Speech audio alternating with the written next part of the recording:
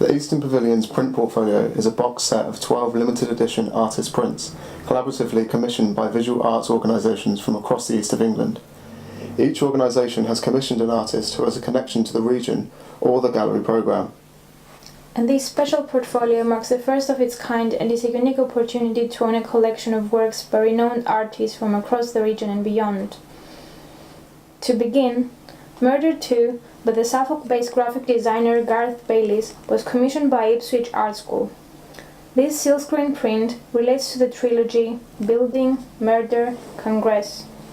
Murder, the collective noun for a group of crows, depicts an arrangement of arrows, a recurring motif in the artist's work.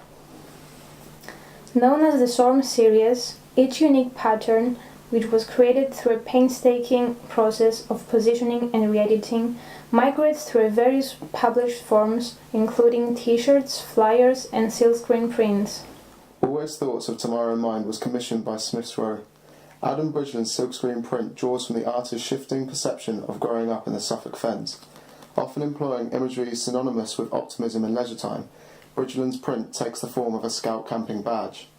Depicting a sailing boat, the image is also one of flux and migration, both as a motif and for the artist symbolically. Kaavous-Bhoyroo Art Agency commissioned the Norwich-based artist Coco Crampton for RC Versi. The artist often takes contemporary design as a starting point in her work, combining natural and man-made materials, craft and technological skills. Crampton explores how contrary forces are independent in the natural world and also as a force within her work. Art Exchange Commission reflects an Essex collection of art from Latin America owned by the University of Essex. Internationally renowned Mexican contemporary artist Demian Flores draws from Mexican popular culture and the world of Mexican free wrestling Lucha Libre. Lucha Libre is a universe governed by its own ethic and aesthetic laws within the context of Mexican society. Inspired by the visual splendor of this distinctive world, his artworks, often highly complex prints and works on paper, are multi-layered re-elaboration of masked identities and romantic iconographies. Brian Gander was commissioned by Kettle's Yard to produce a silkscreen print which depicts patterns made using the red underline found in word processing applications used to denote that a word is not present in the user dictionary. Implying narrative on page running from left to right, top to bottom, the absence of decipherable content evokes a different language, that of print or textile design, while simultaneously being a subtle play on words. With the exemption of Nigel Henderson, all the print in the Eastern Pavilions Print Portfolio are signed and numbered in the edition of 144. Henderson appears in the portfolio as a kind of totemic figure. Amongst a roster of living and working artists, he is the only one that is no longer with us. Hammer Prints was set up by Nigel Henderson and Edoardo Palozzi in 1954, when they were neighbours at Thorpe-le-Soken in Essex and continued in production for a decade. The company designed fabrics, wallpaper and ceramics inspired by the exploration of contemporary culture of the time.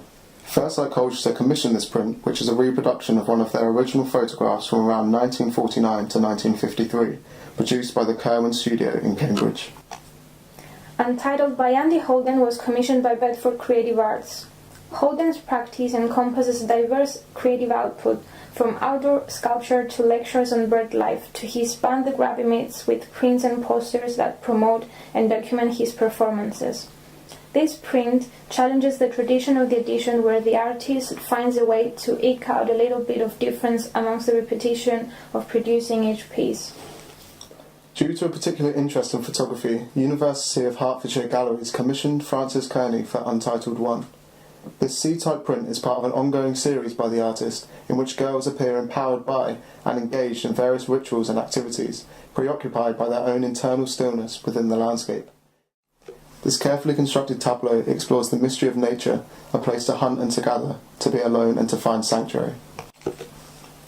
Extra Works by Kate Owens was commissioned by the Wysing Art Centre, where the artist was in residency. Owens' relief print captures a set of marks made by an anonymous hand.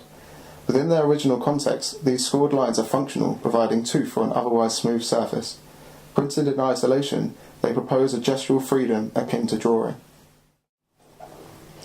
Due to preceding connections in 2006, Outpost has selected Elizabeth Price to produce Places Where People Resort in 2011, a year before she was awarded the Turner Prize.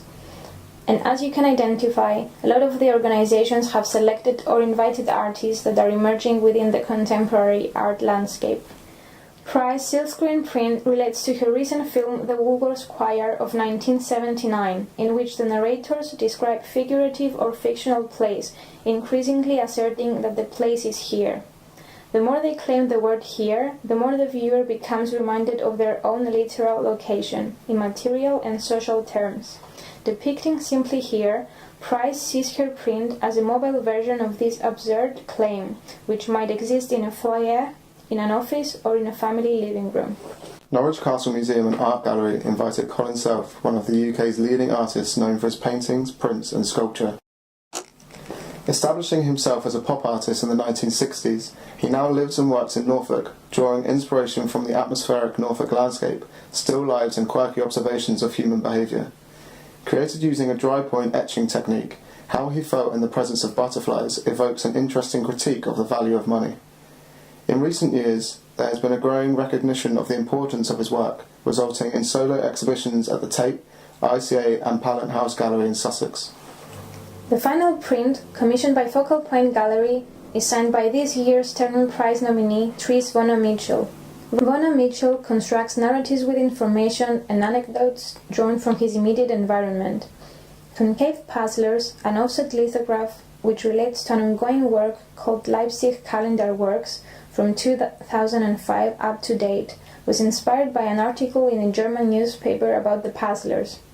Puzzlers were individuals in charge of reconstructing the Stasi archives from the shredded papers retrieved after the fall of the Berlin Wall.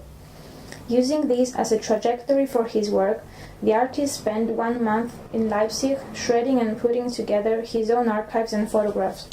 A last comment is to pay attention to all the different kinds of productions that the artists have used to create their work, which shows a range of woodcuts, etchings, photographs, and so forth.